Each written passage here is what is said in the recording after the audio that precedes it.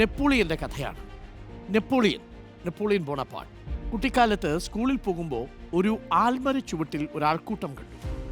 ഒരു കൈനോട്ടക്കാരൻ ഭാവി, ഭൂതം, വർത്തമാനമൊക്കെ പറയുന്നു. നെപ്പോളിയൻ ആകാംക്ഷയോടെ കൈനീട്ടി. എന്നിട്ട് ചോദിച്ചു, ഞാനൊരു ചക്രവർത്തിയാകുമോ? കൈനോട്ടക്കാരൻ വിശദമായി പരിശോധിച്ച ശേഷം വിഷമത്തോടെ പറഞ്ഞു, ചക്രവർത്തിയാകാനുള്ള ഒരു രേഖയും ഈ കൈകളിലില്ല. നെപ്പോളിയൻ പിന്മാറിയില്ല.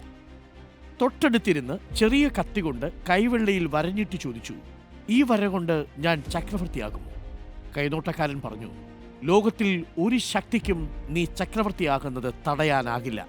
കാരണം ഈ വര വരച്ചത് നീയാണ്. വിധി സ്വയം തീരുമാനിക്കണം. സ്വയം വിശ്വസിക്കാതെ മറ്റുള്ളവരുടെ പരാമർശങ്ങളിലോ മറ്റുള്ളവരുടെ വിധികളിലോ വിശ്വസിക്കുന്നതിൽ യുക്തിയില്ല. തലവരയ്ക്കനുസരിച്ചല്ല ഒരു ജീവിതവും ക്രമപ്പെടുന്നത്.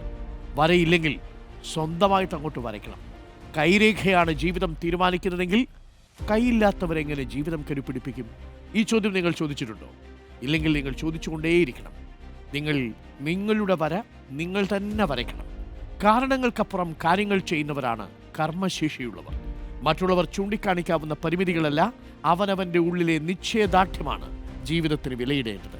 സ്വന്തം ജീവിതത്തിൽ എന്ത് സംഭവിക്കുമെന്ന് മറ്റുള്ളവരോട് ചോദിക്കരുത്. ഇനി ഞാൻ എന്ത് ചെയ്യണം എന്ന് മറ്റുള്ളവരുടെ അഭിപ്രായമെടുത്ത് മറ്റുള്ളവർ വിധിക്കും പോലെ നിങ്ങൾ ജീവിതത്തിനെ വിധിക്ക് വിട്ടുകൊടുക്കരുത്. അവനവൻ തന്നെ തീരുമാനിക്കണം. സ്വന്തം വര സ്വയം വരയ്ക്കണം.